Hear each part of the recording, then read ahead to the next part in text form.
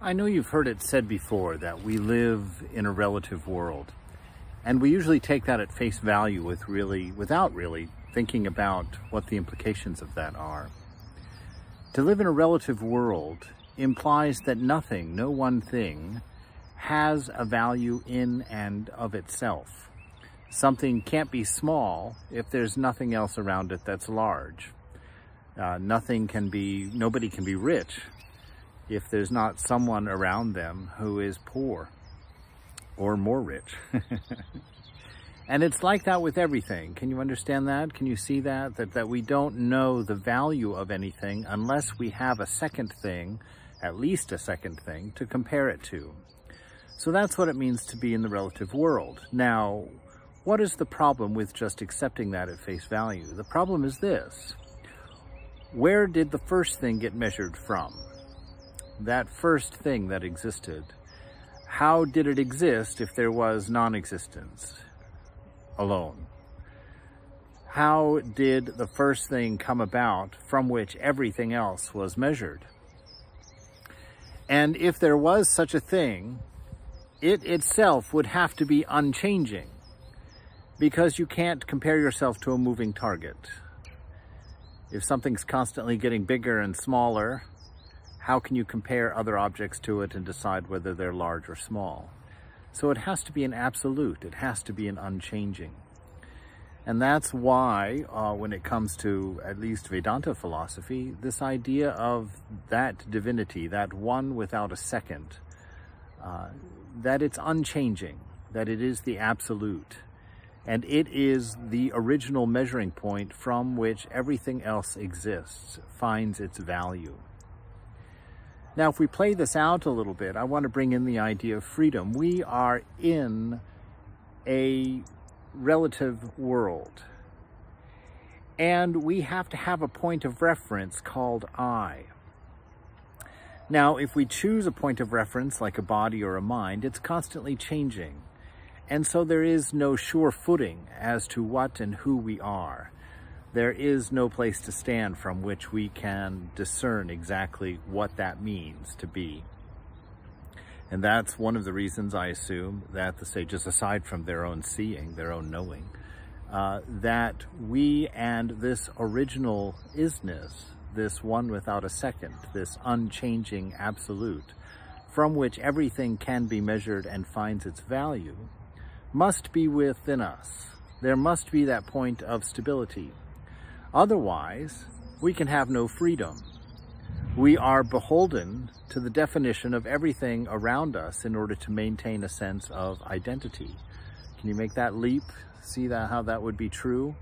That if we were not that one without a second, we would not have a constant place from which to measure what everything else is. We would not have a place from which to be able to know anything about anything, because that relative center would be constantly moving along with the changes in everything else. And so really, at least in the theoretical sense in my mind, everything would collapse into meaninglessness, because nothing in this world has a meaning until it comes to you. And if you don't know what you are, if you are not able to define what you are and who you are, then you have no means of knowing a sure value for anything around you. And so this idea of finding that unchanging self within becomes of utmost importance for you to be able to determine the value of things around you, for you to be able to know in a relative world what is and what is not, what is large and what is small, what is important and what is not important. And so this notion of freedom, which all of us so desperately want, which we've built countries on, built constitutions around, written stories about attainment, fought wars over. What does it mean to be free? Well, Swami Lokeshwarananda says something very interesting here. He says, a man is free from his ego. He identifies himself with others and shares their joys and their sorrows. He feels deeply concerned about others because he sees himself in others and others in himself. Having completely eliminated his ego, he is no longer a fraction of humanity, but humanity itself. He is the ocean and not merely a wave. The ocean is always the same, whether the waves rise or fall. Similarly, the free man is always the same, unconditioned by external factors. You see, to be free, you have to be established from that plane of unchanging self, from which everything is measured and by which everything is implied.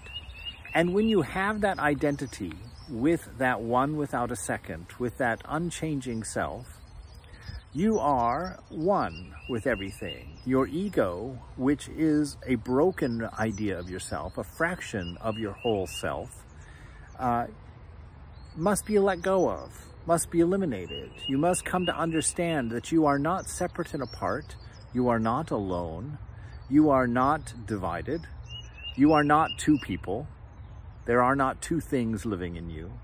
That there is a oneness. And that oneness is in each living being, sentient or not sentient, alive or not alive. It's everywhere. And to know that I, to identify with yourself with that I, that is to be free. And that is why God would be all-knowing, why God would be omnipresent, and why the divine would be omnipowerful.